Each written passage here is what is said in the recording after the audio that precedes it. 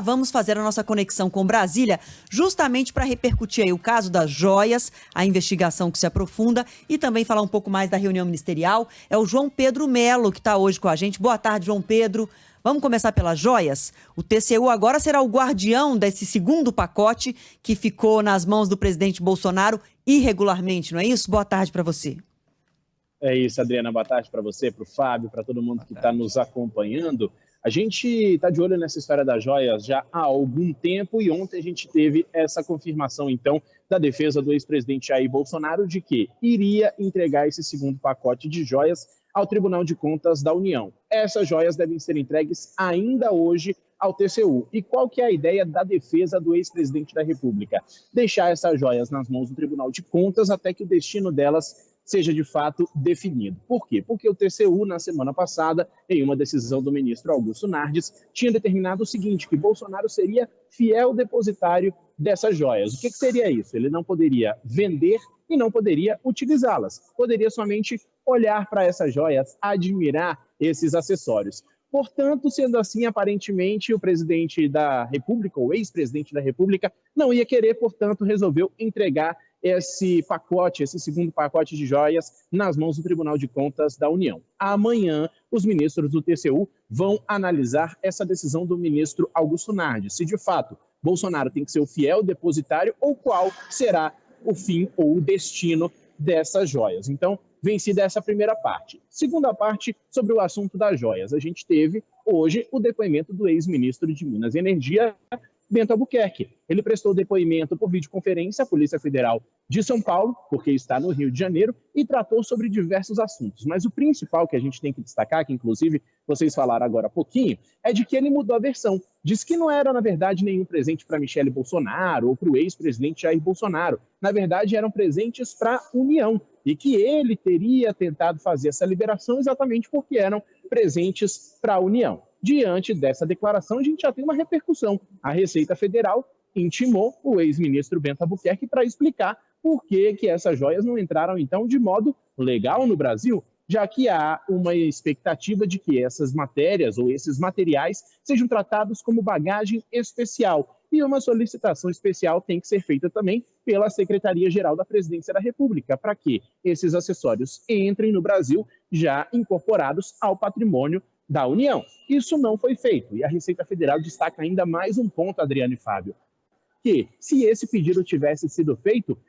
anteriormente, né, pela Secretaria-Geral da Presidência, quando as joias de fato chegassem ao Brasil, elas já estariam inclusive liberadas. Não tinha essa história do fiscal da Receita verificar o que aconteceu e etc. Tinha um documento que dizia que elas faziam parte do patrimônio brasileiro e, portanto, elas já teriam acesso livre porque já estava identificado o que de fato era, quanto valia e que de fato estava no patrimônio brasileiro. Então, essa aí é uma mudança de versão que a Polícia Federal agora está analisando, então, nesse depoimento do ex-ministro Bento Albuquerque.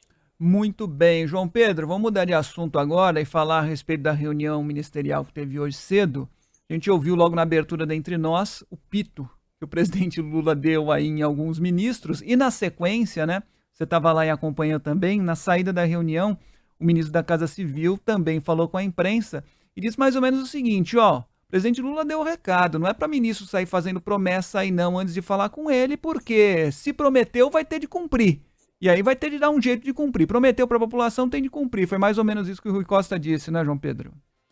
Foi mais ou menos isso, viu, Fábio? Só que ele levando ali na boa, né? O presidente Lula estava um tanto quanto nervoso hoje de manhã. A gente acompanhou nesse áudio que ouvimos agora há pouco, ele falando para os ministros que, abre aspas, se alguém tiver alguma genialidade, por favor, fale primeiro com a Casa Civil e com a Presidência da República, porque o gênio vai ter que dar conta de resolver o problema, ou seja, de colocar essa política em prática. Fecha aspas. Isso foi o que disse o presidente Lula. E aí, a gente vai para o outro ponto. Nessa entrevista que a gente fez aqui com o ministro Rui Costa, a gente questionou por diversas vezes para quem era o recado, se tinha algum direcionamento específico, e ele, em todas as vezes, disse que não, que era um recado geral. Falou a respeito da reunião de hoje, disse que era uma reunião com os ministros da área social, e falou a respeito de programas que devem ser implementados nos próximos dias. Falou sobre a volta do programa Mais Médicos, né, que na verdade seria aí um programa Saúde para Todos os Brasileiros, só que esse nome ainda não é definitivo, mas teria mais ou menos a mesma ideia, de levar médicos para áreas remotas do Brasil. Só que essa questão vai ter aí uma espécie de upgrade, né? Uma novidade, que seria ali uma atenção especial com a saúde básica, né? Que, segundo o que diz o governo, é a que está precisando de mais atenção nesse momento, é a questão mais delicada na saúde pública do Brasil. Rui Costa também anunciou um programa de alfabetização para crianças, né, de várias regiões do Brasil, mas principalmente nos municípios que têm o índice de desenvolvimento humano um pouco mais baixo, e destacou que essa questão deve ser implementada até o segundo semestre desse ano. Sobre essa questão do Pito, a expectativa ou a avaliação que foi feita aqui nos bastidores do Palácio do Planalto é que esse Pito tratava sobre Márcio França, sobre aquela ideia de fazer as passagens aí ao preço de R$200, seriam passagens populares, porque a informação que a gente tem é que ele não conversou primeiro com o presidente da República e nem mesmo com o ministro da Fazenda, Fernando Haddad, para tratar desse assunto. Claro que isso são fontes de bastidores que falaram para a gente. De maneira pública, o que foi falado aqui é que era um recado para todos os ministros e que quem aí tiver alguma ideia que falar antes de conversar com o presidente da República vai ter que, no jargão popular, dar os pulos para conseguir aí fazer com que essa política seja adotada, executada pelo governo federal. Vamos ver se os gênios vestiram a carapuça, né? Se serviu, porque na conversa hoje, nesse discurso aí do presidente Lula na reunião ministerial, ficou muito claro que Lula, ao convocar todo mundo para se comunicar com a Casa Civil, com o ministro Rui Costa, tem pressa. Ele não quer sair vendo um monte de coisa sendo anunciada, nada vira projeto de verdade, ficam só palavras ao vento e não vira projeto de verdade. E Lula, inclusive, falou, 4 anos passam rapidamente.